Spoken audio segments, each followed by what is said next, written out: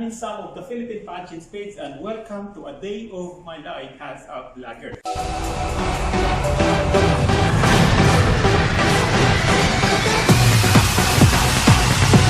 Ang buhay ko bilang isang vlogger starts and ends with an internet connection.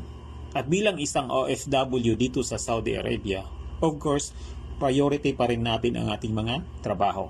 Kaya I do vlogging or live streaming during my day off or vacant time. Pero ano nga bang ibig sabihin ng salitang vlogger or vlogging? Actually, the word vlog started as a valid English word way back in 2009 at inintroduce ito sa Merriam-Webster Collegiate Dictionary as a valid English word. At kasabayan nito ang salitang shawarma na pagkain natin dito sa Saudi Arabia. At dahil isa akong admin or may-ari ng Philippine Pageants page with more than 400,000 followers, ay naisipan kong mag-venture out into doing an interview sa mga beauty queens or mga kilalang tao sa mundo ng beauty pageants. At kabilang sa mga aking mga na-interview sa Philippine Pageants ay sina Miss Millennial Philippines 2018 Doc Sheila Rivertera of Cebu City and eventually won Miss World Philippines Multinational 2021 title. The second Filipina to win the Miss Earth crown in 2014 and a former Reyna ng Aliwan 2013 winner, Jamie Herrell.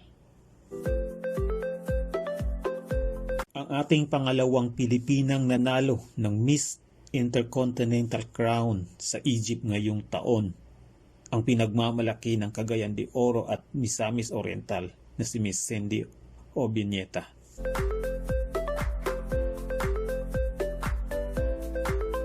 Miss Philippines Earth 2021 na Ila Al-Shorbazi and Miss Earth 2021 Top 8.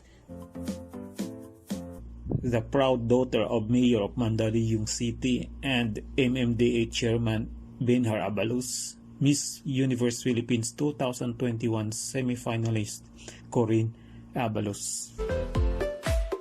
Ang sikat na media influencer and TikToker Ayin Vernos and Miss Universe Philippines 2021 semifinalist, the grand winner of the Misters of Filipinas Man of the World 2021, Nadim El Zain, representing the Filipino community of United Arab Emirates.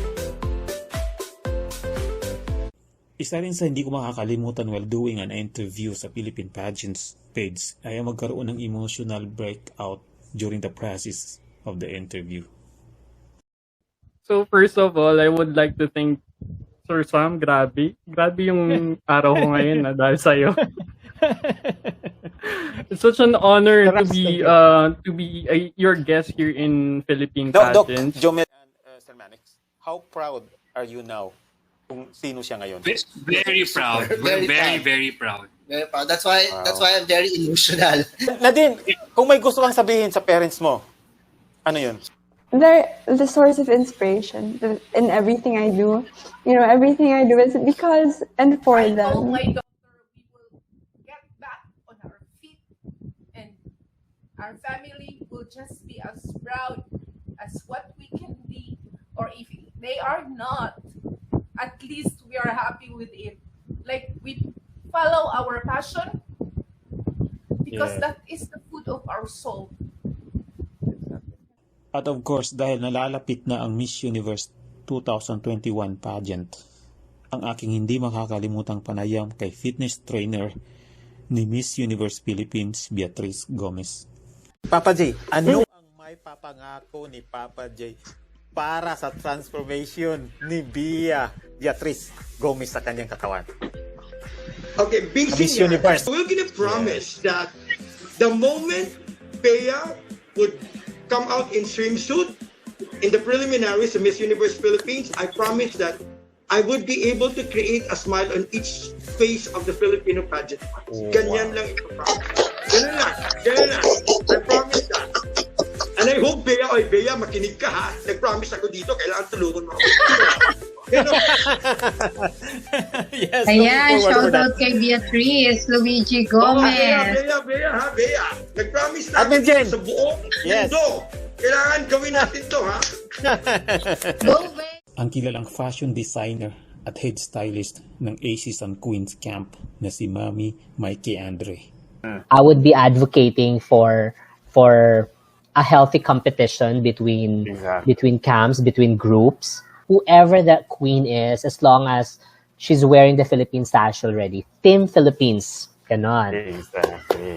Ang kilalang founder at CEO ng Kagandahang Flores Camp na si Tito Rogel Flores. Ayun. Hi, Sam. Hi sa lahat ng viewers ng Philippine Pageants. I'm so much honored to be guesting here this afternoon. At dahil sa aking live streaming or online interview sa Philippine Pageants, ako ay naimbitahan para maging horado sa second season ng Catwalk Middle East na ginanap sa Riyadh, Saudi Arabia. At it was my first time para bumisita sa Riyadh. Kaya malaking pasalamat ko. Again, this is Admin Sam of the Philippine Pageants page, and I would like to invite everyone to please like and follow our Facebook page, the Philippine Pageants, and subscribe to our Philippine Pageants YouTube channel and also our Instagram account, the Philippine Pageants Official. So my daily life as a vlogger, guys, is working and doing live streaming on the Philippine Pageants page, especially the interview. So keep on believing in yourself, guys. Keep the positivity and don't stop growing. Bye!